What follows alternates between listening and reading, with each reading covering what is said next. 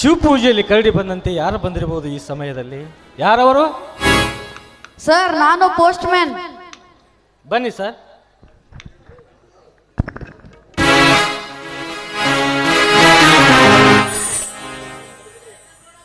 ಏನಿದು ಸರ್? ಏನು ಸರ್ ಇದು? ಸರ್, ಇದು ಟೆಲಿಗ್ರಾಮ್. Okay sir.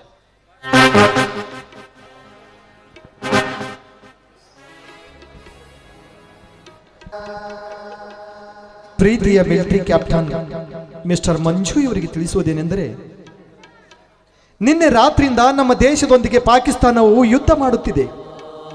ಕಾರಣ ನಿಮ್ಮ ರಜೆಯನ್ನು ಇವತ್ತೇ ರದ್ದುಗೊಳಿಸಿ ತಕ್ಷಣವೇ ದಿಲ್ಲಿಗೆ ಹೊರಟು ಬರಬೇಕು. ಈ ಟೆಲಿಗ್ರಾಮ್ ನೋಡಿ ಹಿಂದೆ ಒಂದು ಹೆಜ್ಜೆ ಇಟ್ಟಿದ್ದರೆ ಅದು ದೇಶ ಸೇವೆಗಾಗಿ ಮುಡುಪಾಗಿರಬೇಕು. ಇಂತೆ ಆಜ್ಞೆ ಕೊಟ್ಟವರು ಭಾರತೀಯ ಸೈನ್ಯಾಧಿಕಾರಿ, ನ್ಯೂ ಡೆಲ್ಲಿ. ಏನ್ರಿ, ಇವತ್ತೇ ಟೆಲಿಗ್ರಾಮ್ ಬರಬೇಕಾ? ಬರಲಿ ಬಿಡು ಭಾರತಿ, ಏನು ತಪ್ಪಾಗಿದೆ? ಹಾ ಭಾರತಿ, ನನ್ನ ಸುಟ್ಕೇಸ್ ರೆಡಿ ಮಾಡಿಕೊಂಡು ಬಾ, ಹೋಗು ಒಳಗೆ.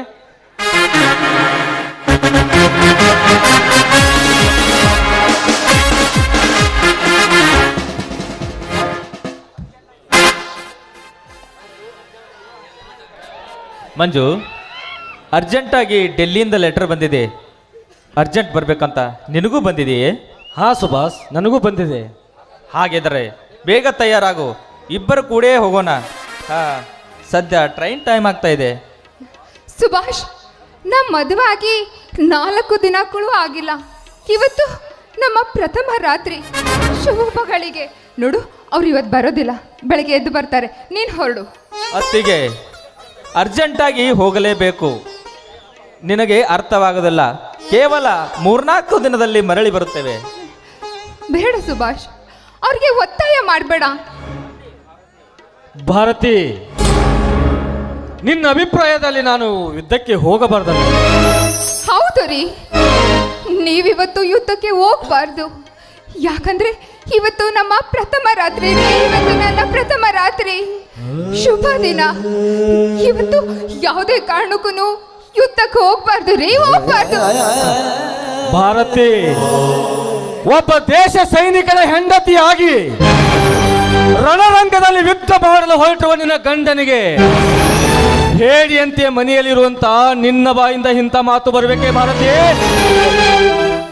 ಭಾರತಿ, ದೇಶ ಪ್ರೇಮಕ್ಕಾಗಿ ಎಷ್ಟೋ ಜನ ತಮ್ಮ ಪ್ರಾಣವನ್ನು ಬಲಿದಾನ ಕೊಟ್ಟಿದ್ದಾರೆ.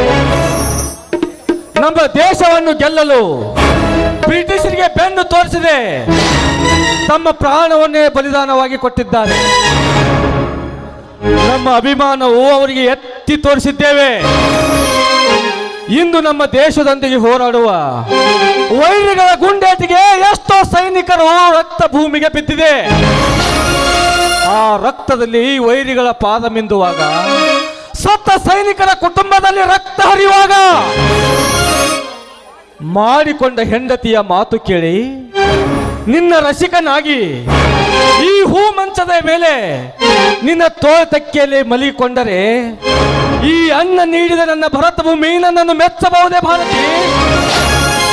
ಭಾರತಿ, ಮರಣ ಕಂಜಿ ಮನೆಯಲ್ಲಿರೋದು ಹೇಳಿತನ, ಸತ್ಯಕ್ಕಾಗಿ ಸಾಯುವುದು ಶೂರತನ.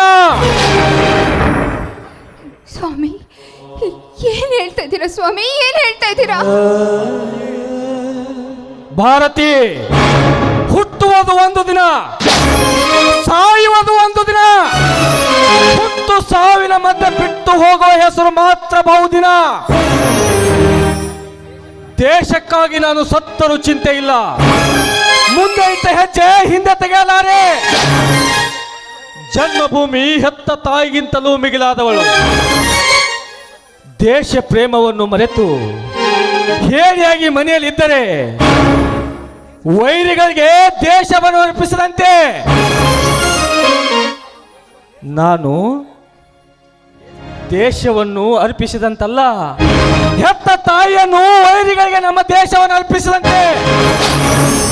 ಸರಿ ಸರಿ, ಈ ಅಭಿಮಾನದ ಮಾತು ನಿನಗೆ ಅರ್ಥವಾಗಲ್ಲ. ಒಳಗಡೆ ಹೋಗಿ ನನ್ನ ಸುಟ್ಕೇಸ್ ತೆಗೆದುಕೊಂಡು ಬಾ. ಸ್ವಾಮಿ, ನೀವು ಹೇಳ್ತಿರೋ ಮಾತು ನಿಜ ಇದೆ ಸ್ವಾಮಿ. ನೀವು ಹೇಳ್ತಿರೋ ಮಾತು ನಿಜ ಇದೆ. ಒಬ್ಬ ಸೈನಿಕನಾಗಿ ಮಾಡಬೇಕಾಗಿರೋ ಕರ್ತವ್ಯದ ಬಗ್ಗೆ ನಿಮ್ಗಿರೋ ಅಭಿಮಾನಕ್ಕೆ ನಿಮ್ಮ ಮಾತಿಗೆ ನಾನು ಮಾನ್ಯತೆ ಕೊಡ್ತೀನಿ, ಮಾನ್ಯತೆ ಕೊಡ್ತೀನಿ. ಮಂಜು, ನೀ ಹೇಳ್ತಿರೋ ಈ ಮಾತು ಬರೀ ಸೈನಿಕರಿಗೆ ಮಾತ್ರವಲ್ಲ, ಪ್ರತಿಯೊಬ್ಬ ಪ್ರಜೆಗೂ ಅಭಿಮಾನವಿರಬೇಕು. ಅಂದಾಗಲೇ ನಮ್ಮ ದೇಶದ ಕೀರ್ತಿ ಉತ್ತುಂಗಕ್ಕೇರುತ್ತದೆ. ಹಾ ಸುಭಾಷ್, 5 ನಿಮಿಷ ಇಲ್ಲೇ ಟೈಮ್ ವೇಸ್ಟ್ ಮಾಡು, ನಾನು ಹೋಗಿ ಬೇಗ ರೆಡಿಯಾಗಿ ಬರ್ತೇನೆ. ಓಕೆ ಮಂಜು.